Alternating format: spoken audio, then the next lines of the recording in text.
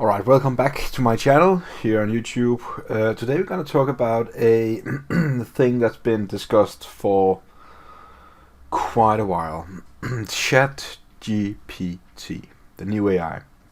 Now, what I want to try and test with this AI is how well can it teach us to do better security, how well can it actually help us to understand and answer some questions, and does it really understand code? Can I paste some code and will it actually tell us what it does?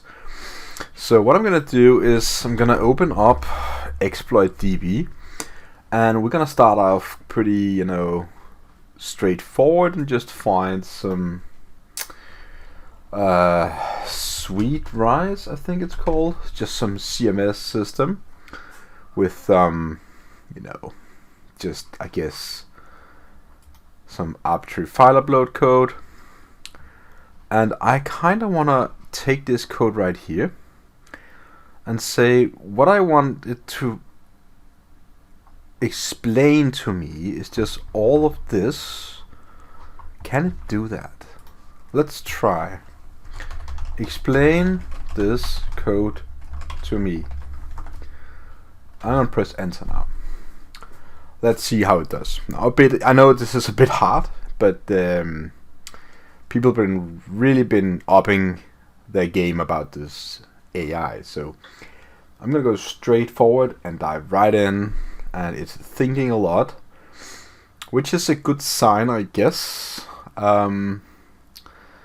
So I guess it's trying to analyze the code. It's a script that attempts to exploit a local file inclusion vulnerability in a website running SweetRise version 1.5.1. Local file inclusion vulnerability allows an attacker to access file in the server by specifying the path in the HTTP request. The script begins with clearing the terminal screen, then printing the banner, and then prompts the user for target URL user. Wow.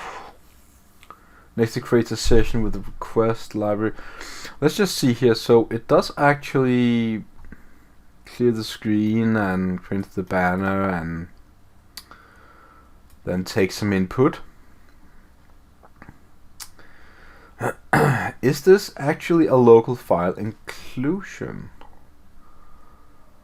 Now it kind of told me that this violates something. So let's just really fast it. This is actually a local file inclusion. It is SweetRise 1.5.1. I don't know why it's failed all this, but maybe I cannot scroll. I'm gonna try again and let it think. So I'm gonna give it, like, from what it already just told me, I'm already amazed.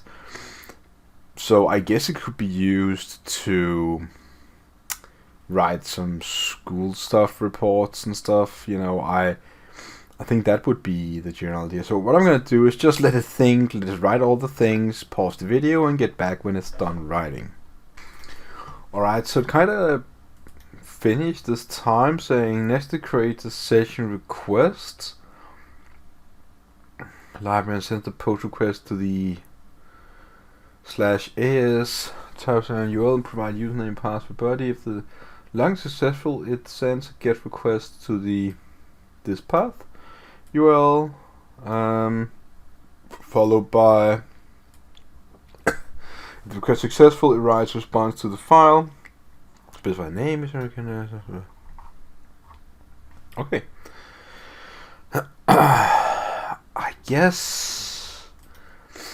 I guess it's not untrue. So, okay. It definitely can explain some things.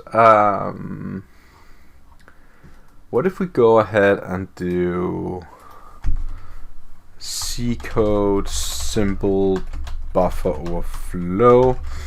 So I'm gonna paste in a just some buffer overflow and see if it understands.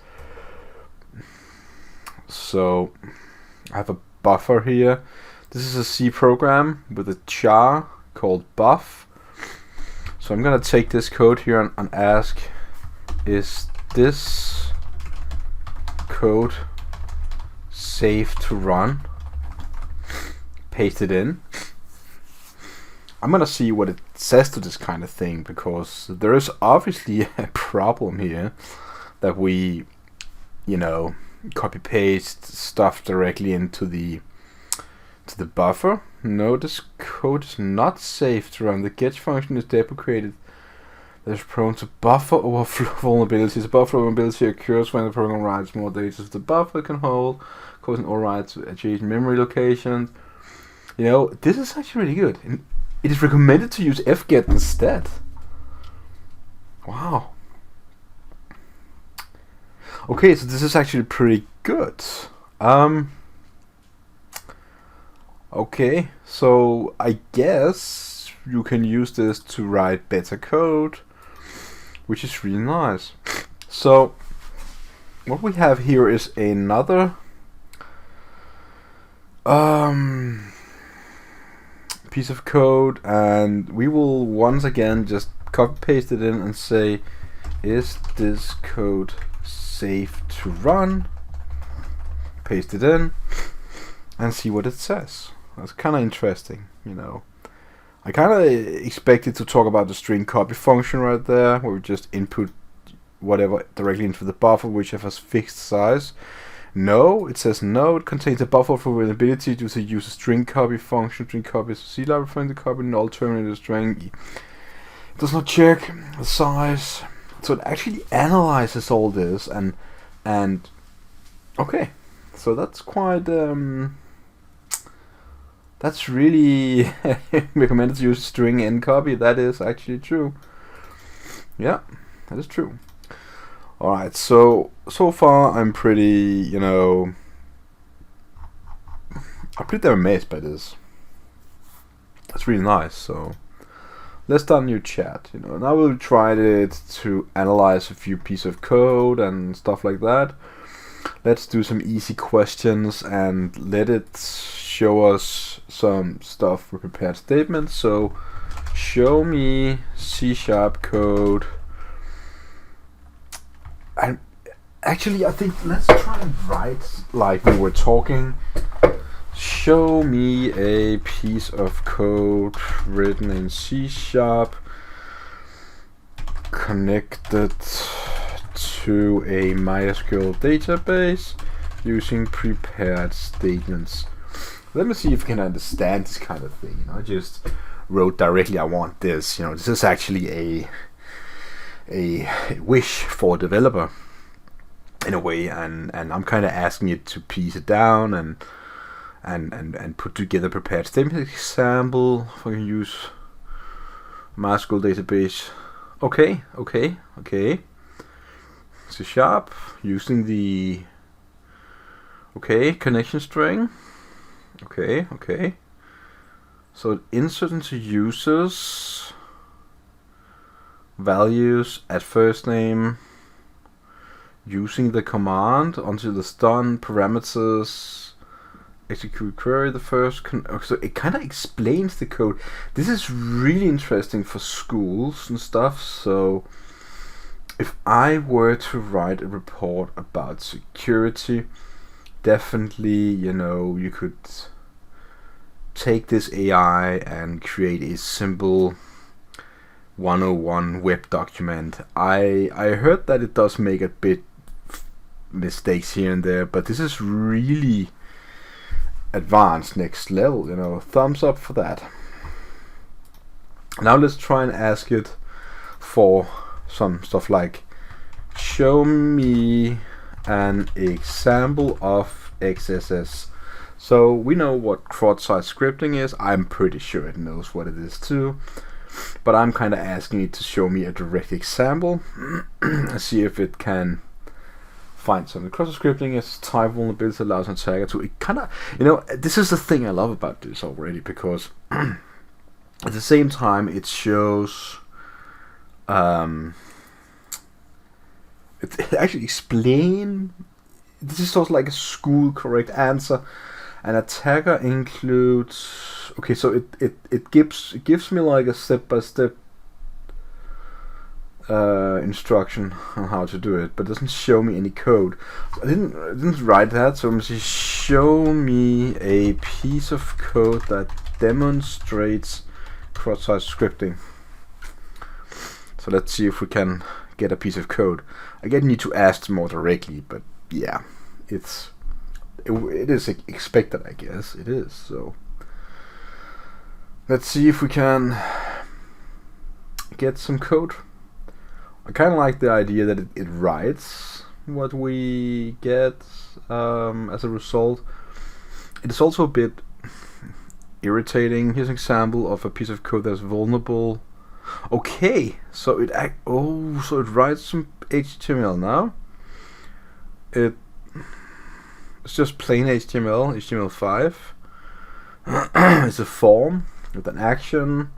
PHP. Okay, it shows PHP and just directly get yes, and explains why it's vulnerable, and it also shows the payload. Oh, interesting. This could be used. This could be so much. Could be used for schools. You know, this is the perfect stuff. So okay, let's try a bit more. Like, show me a piece of code that demonstrates cross-site request forgery. That's a bit more hard, I guess, to show, but I really want to see how it tackles this, because, you know, I'm not gonna lie, I did play around with this AI a few days before, just to see how well it interacted with me. I haven't really been...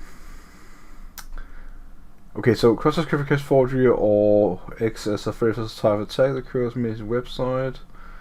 Browser. Okay, so it explains why. It's example of code how to protect against. So this is import def. This is then Python it chooses. I wonder what makes it choose Python. You know, I could of course show me a piece of PHP code, and that would probably do PHP. But it kind of shows me some functions in generating a cross-site request token. You can set it in a cookie, and then checking if the token is there. And this is a Flask, so this is a Flask, whatever. Creating a route for me, like route/form method get post, and it kind of. But does it also give us the form.html? It kind of mentioned that right there, right? You can see form.html, but does it give us that? It's just an example of how. Okay, so it doesn't give us this because it just shows demonstrate. This is how it demonstrates. We can probably try and formulate a way out of it. So another thing I would like you to show is like access control. So show an example written in PHP.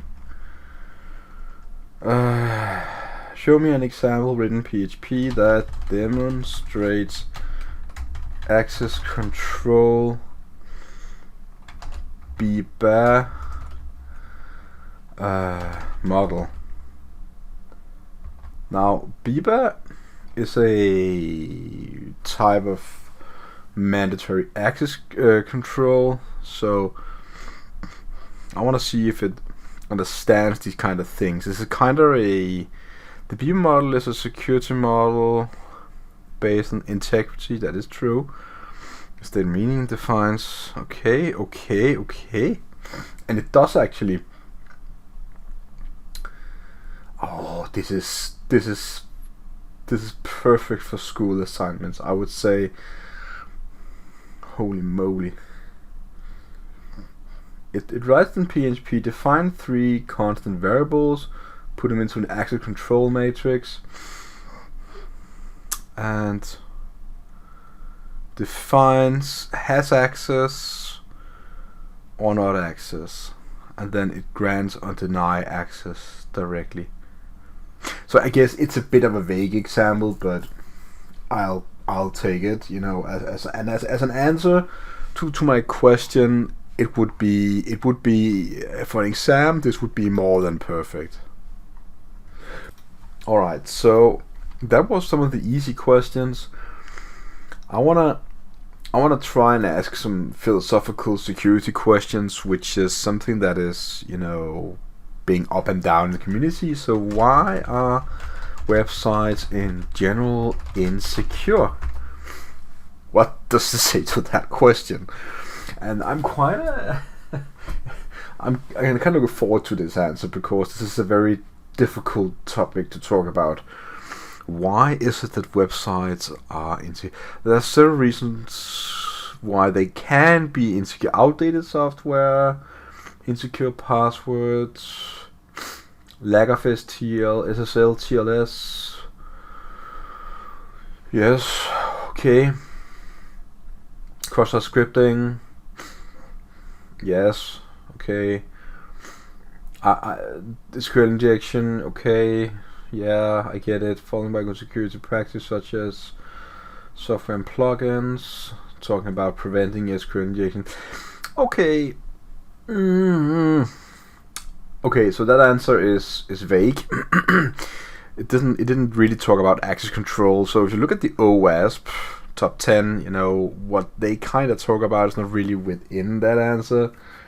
But I also said, like, in general, I could probably formulate my question a bit different. So I think I'm gonna go with a more difficult question now. I think this is one question. What you guys? So which is best? Try hack me or hack the box? Let's see what it says.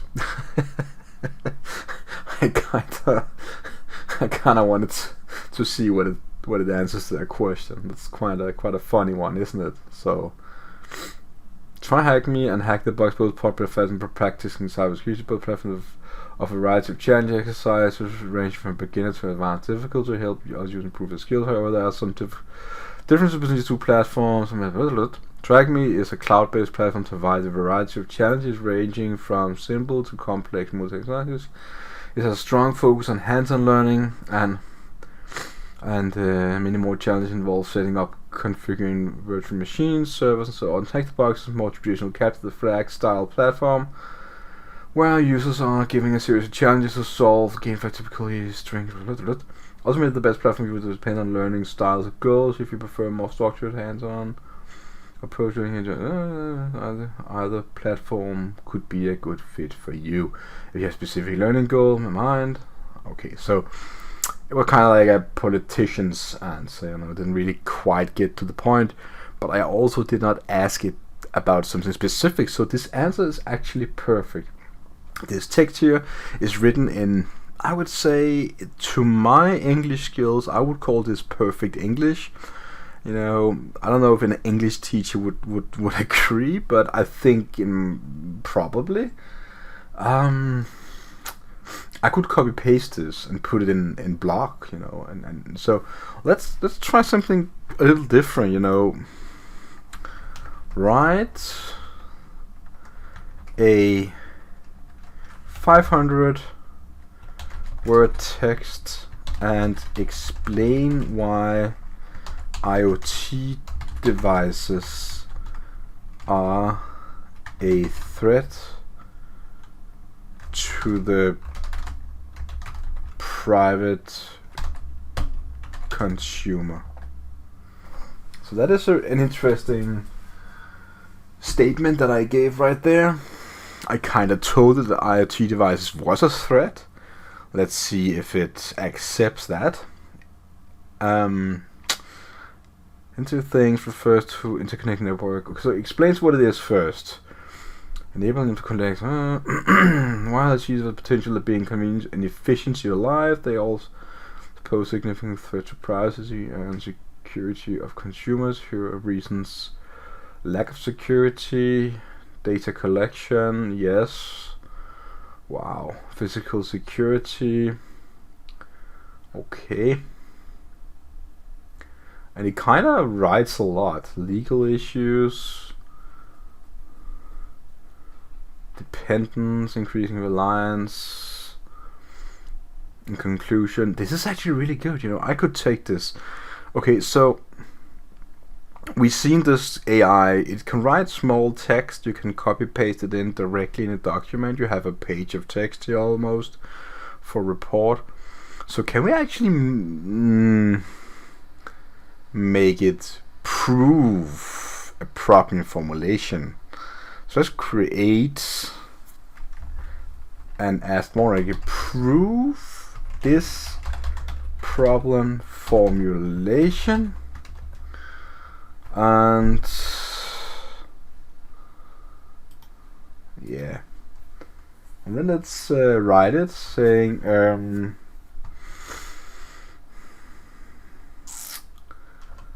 why is it difficult for people to apply security in their daily lives?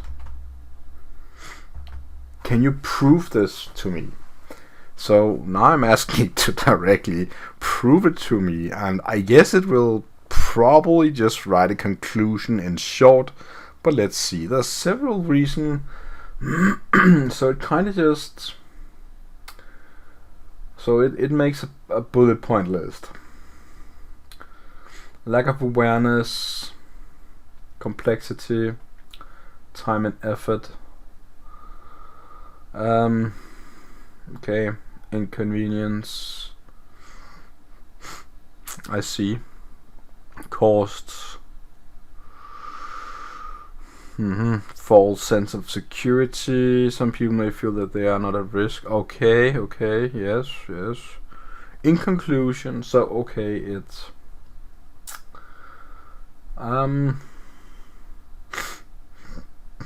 okay. I kind of okay. So it was really good. So can I actually write my language? So write in Danish.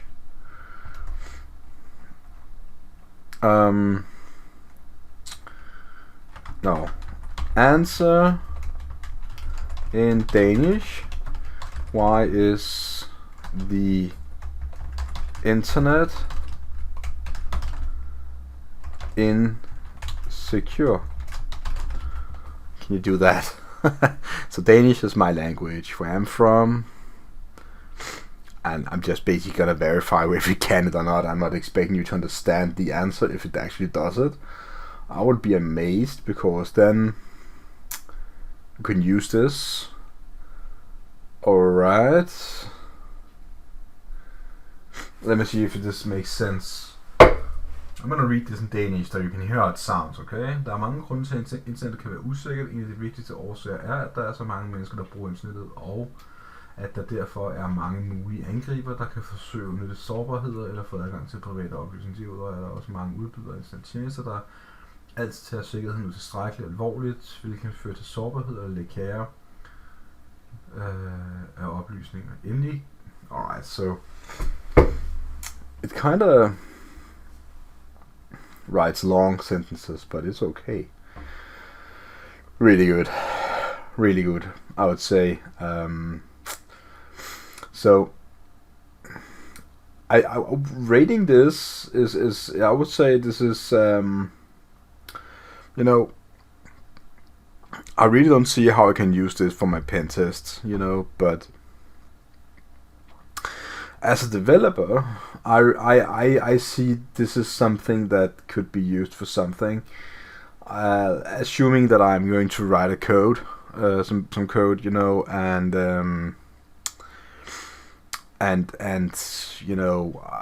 so it could be that I started to code in C#. So, is there any secure coding practice to C# that I should know as a beginner?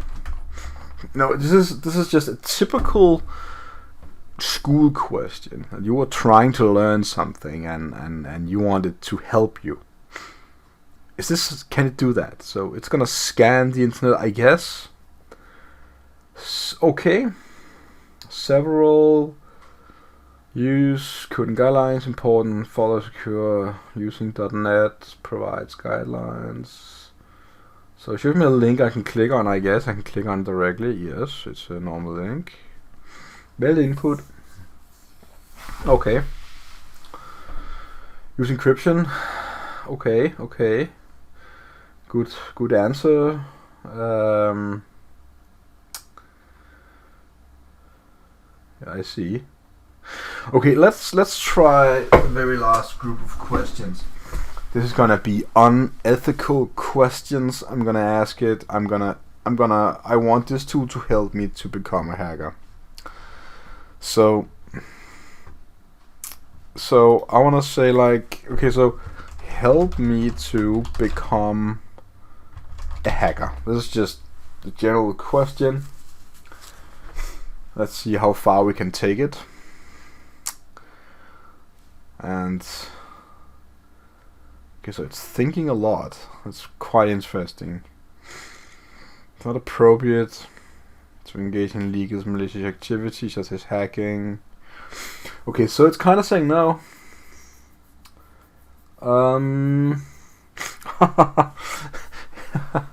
Now it wants me to consider computer science and cybersecurity in response.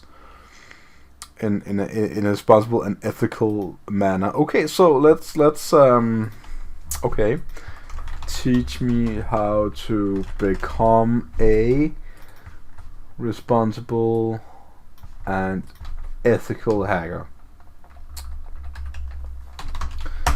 This is the most, I guess, it's probably gonna say no. This is what I suspected. Well, you know, it's just okay. Kind of gave me a different answer, so it will. Okay. Okay, so it's kind of telling me some things, but.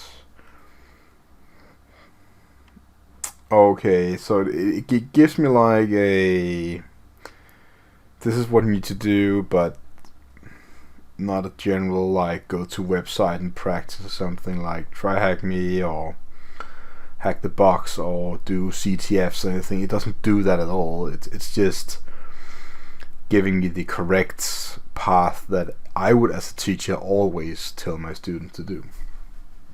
So ChatGPT, you know, I don't know what to say about it. It's a difficult thing, you know. It kind of can answer some straightforward questions, give me the text, copy paste stuff. I don't need to go and look. I can just ask a question directly, and it's gonna give me the answers to the question if it's ethical, I guess. If it's not harming or directly a hacking thing, or you know, show me how to make the atomic bomb. I guess that would also not be an appropriate question. We could try. Show me how to make an atomic bomb. I think that's a bit of a a red flag to raise here. Not really.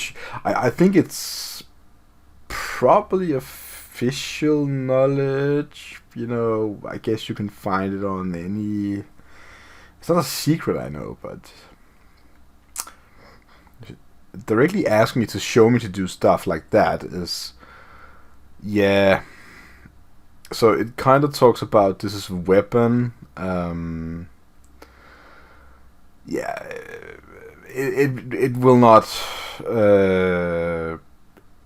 answer to that kind of question. So I guess that's gonna conclude the overall idea, you know, of these interactions with the bot. You know, it can be used for many things. You know,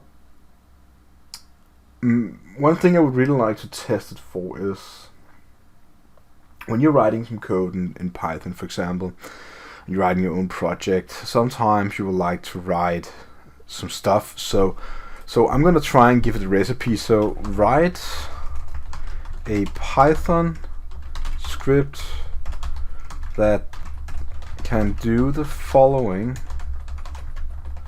So 1, scan all ports from 1 to 1023, enumerate which service is running on the port,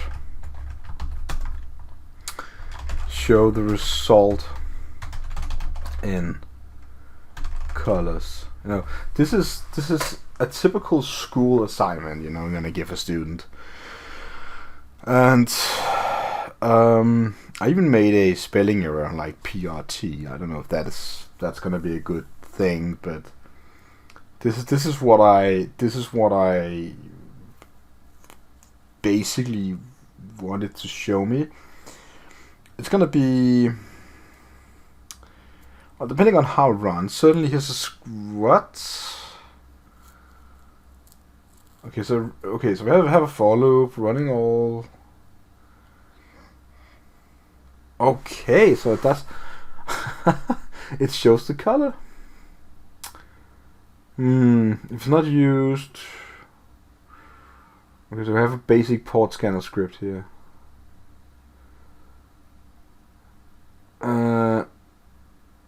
The service name in green.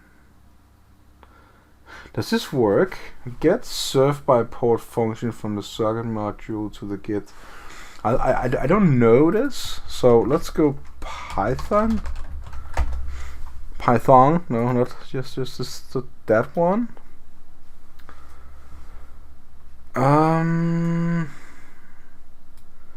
Name of the okay. Let's okay, let's one more time. Okay, write a script in Python that does the following, and then scan all ports from 1 to 65, 300.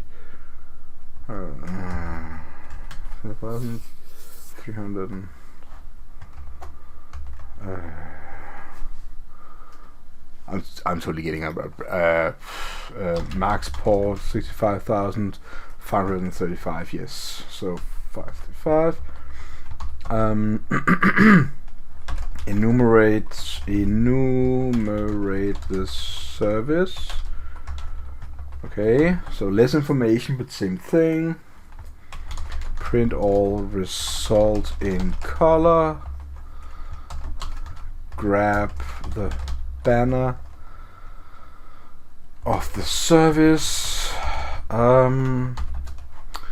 Do a basic anon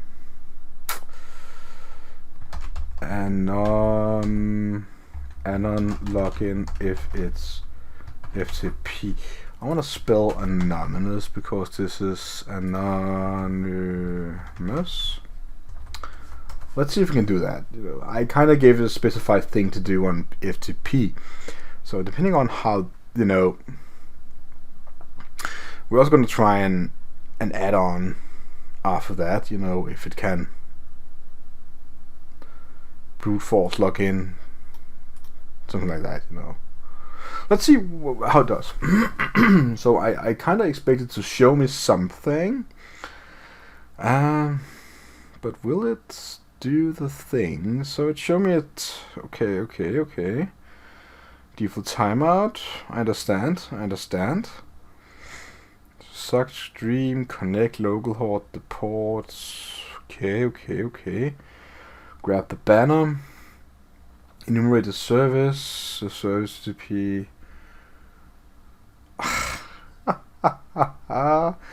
Oh, really?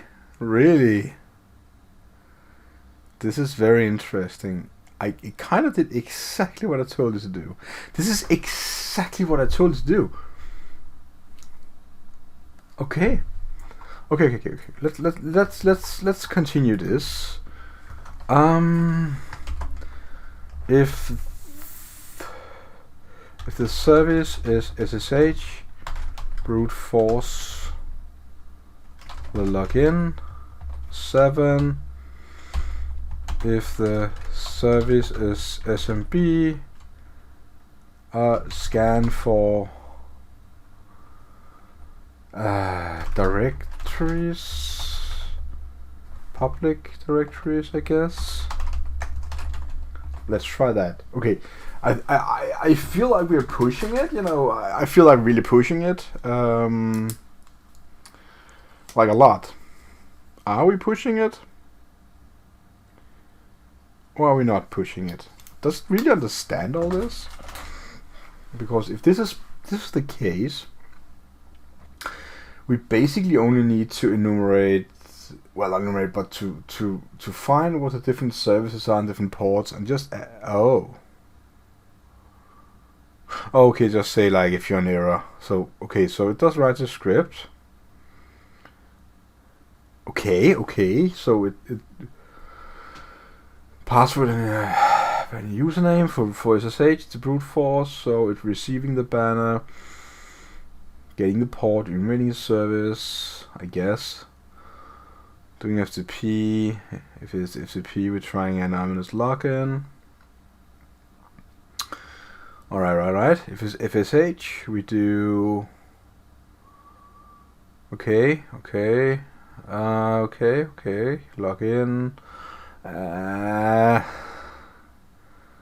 That's okay, so we do login, successful, public directories. Okay, so that is actually more correct, but the SSH brute force is not correct. So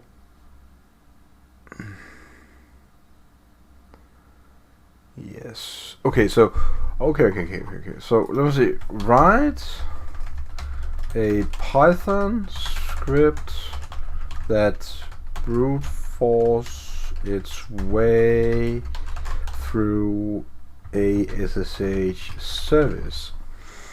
So I'm gonna ask it for a bit more offensive direction in the script, a bit more.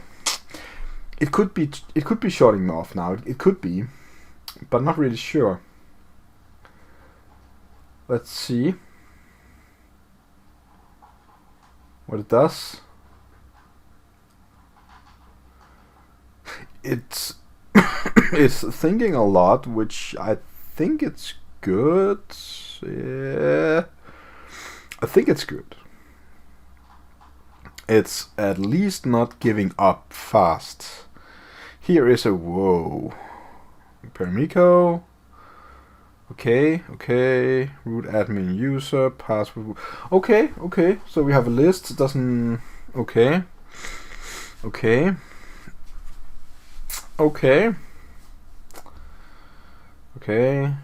So double is the for loop. Great. Okay. Generate a list of commonly used SSH passwords. Okay. Now is it common use SSH passwords? I'm being specific here, but let's see if we can do something like that. You know, let's see if we can actually do that. So, can it generate a list of, and how would it do that list? I think the last question is gonna be if it can generate a list of passwords dependent on informations of a person. So that is, I think, the last question I'm gonna ask after this, and then let's see if it actually works. So I'm quite amazed by this so far. It's kind of request times out. Okay.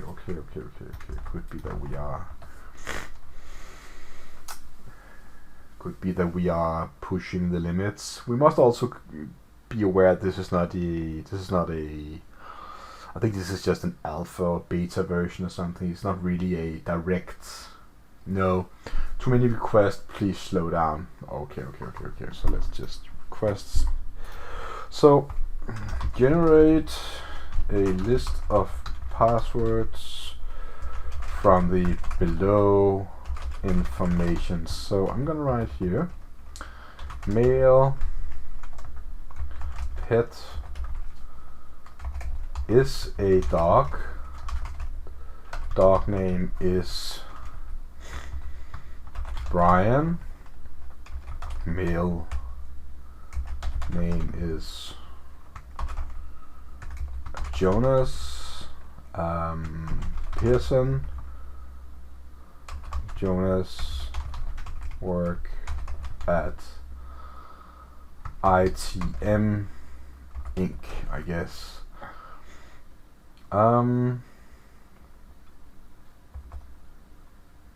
it do that? Does it understand this level of text? Because I could show this to a human and it would definitely understand it, but will this AI actually understand what I asked for?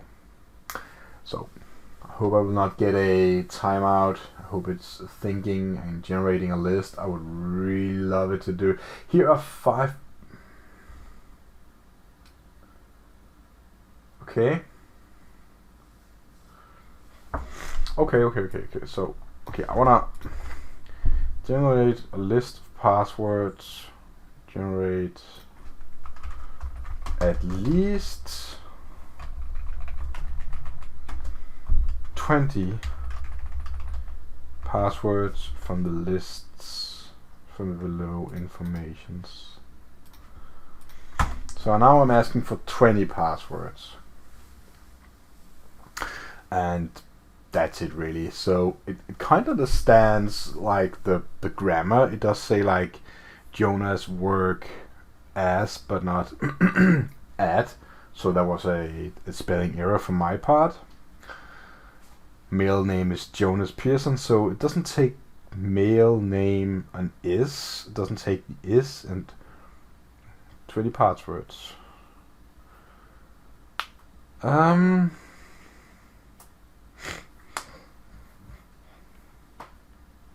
Okay. I take it. Okay. That's not bad, you know. I would definitely say that is really good. Fetch all emails from security in mind. That's my website. Can it do that? Can it fetch my email from my website? If this can do something like that, it can conclude the task of generating, you know, passwords, and then we can actually use this bot for offensive measures or means in a bit more clever way, lazy way you can call it. You know, this is of course the last sorry button not finished live model, don't have ability to browse. Okay. So this is trained. I didn't know that, but it is. So alright. I guess that concludes this video. It was a fun video to record. I really hope you learned something from it. And you want to give it a go, this chat. So just go to Google and type chat space GPT. And I'll go to openai.com website, or just chat.openai.com, I guess. Then you would probably prompt to log in, but it's free. It's open right now and you can use it. So I would say give it a try and let me know what you think about it in the comment below.